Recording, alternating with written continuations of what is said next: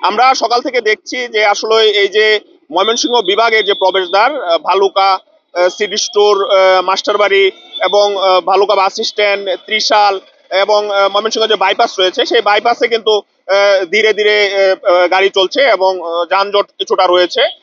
আমরা জেনেছি যে আসলে এই যে মহাসড়কে যে অবৈধ থ্রি হুইলার গুলো রয়েছে সেগুলোর দৌরাত্ম্য কিন্তু ঈদ উপলক্ষে বেশ বেড়েছে, যার ফলে কিন্তু বেশি যানজট হচ্ছে এই মহাসড়কে। এবং আরেকটি বিষয় রয়েছে যে যেই বাসগুলো রয়েছে সেই বাসগুলো কিন্তু নির্দিষ্ট স্টপেজে যাত্রী ওঠানামা করছে না, তার কারণেও কিন্তু মহাসড়কে যানজট লেগে যাচ্ছে।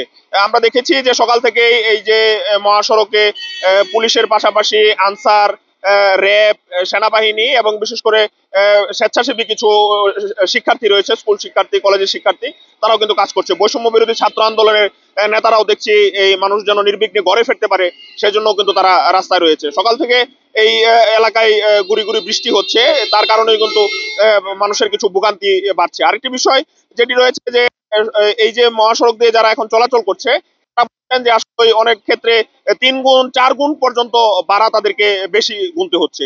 এই অভিযোগ কিন্তু ব্যাপক আকারে করছে যারা ঘরে ফিরছে তারা। বলছেন যে আসলে পুলিশকে আরো বেশি তৎপর হয়ে যেন যেই নির্দিষ্ট ভাড়া রয়েছে এবং ঈদ উপলক্ষে কিছু বেশি থাকতে পারে, কিন্তু একেবারে 3 গুণ 4 গুণ বেশি বাড়ার বিষয়টা কিন্তু আসলে যাত্রীরা মেনে নিচ্ছে না এবং তারা বলছেন যে এটির যেন যে সংশ্লিষ্ট যারা রয়েছে তারা যেন আর একটু শক্ত ভূমিকা পালন করে। আমরা দেখেছি যে পুলিশের পাশাপাশি স্বেচ্ছাসেবী যারা রয়েছে তারা কাজ করছে।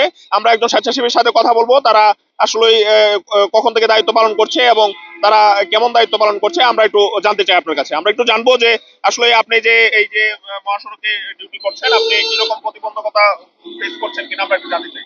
এই আসন্ন ঈদুল আজহা উপলক্ষে আমরা পুলিশ ভাইদের, ট্রাফিক পুলিশ ভাইদের পাশাপাশি আমরা স্বেচ্ছাসেবী সংগঠন, আমরা ওনাদের সাথে সহযোগিতা করতেছি যেন মানে নির্বিঘ্নে যাত্রীরা ভালোভাবে ঘরে ফিরতে পারে, এটাই আমাদের প্রত্যাশা।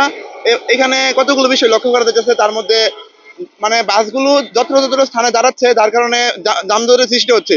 এমনও দেখা যাচ্ছে রুটের মাঝখানে গাড়িগুলো দাঁড়িয়ে যাত্রী নামিয়ে দিচ্ছে, যার কারণে বেশি প্রতিবন্ধকতা হইতেছে এবং কি একটা জামের সৃষ্টি হইতেছে। আবার রাস্তার মাঝখানে একটু একটা আইল্যান্ড ফাটা আছে, যার কারণে ওই মাঝখান দিয়ে অনেক যাত্রীরা পারাপার হইতেছে, যার কারণে অ্যাক্সিডেন্টের একটা দুর্ঘটনার সম্ভাবনা হয়।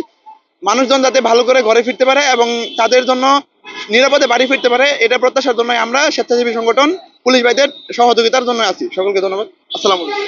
জি ধন্যবাদ। আমরা একজন স্বেচ্ছাসেবীর কথা শুনছিলাম, তিনি যেমনটি বলছিলেন যে আসলে এই যে যারা নিয়ম না মানে এবং যারা ট্রাফিক আইন না মানে তার কারণেই কিন্তু যানজটের বেশি সৃষ্টি হচ্ছে। আরেকটি বিষয় জানিয়ে রাখি যে আমরা দেখেছি যে প্রত্যেক ঈদের আগেই কিন্তু মহাসড়কে কিছু কাজ করে সড়ক ও জনপদের পক্ষ থেকে, কিন্তু তারা ঈদের সময় যে কাজটুকু মহাসড়ক যেই সময় বেশি ব্যস্ত থাকে সেই সময়টা তারা মাথায় না রেখে কিন্তু কিছু কিছু কাজ আমরা দেখেছি করেছে। গত বছরও কিন্তু ভালুকার একটি অংশে, ভরডোবার একটি অংশে কিন্তু তারা ঈদের সামনে করে কাজ করেছিল, যার ফলে সেখানে যাত্রীদের ব্যাপক ভোগান্তি হয়েছে।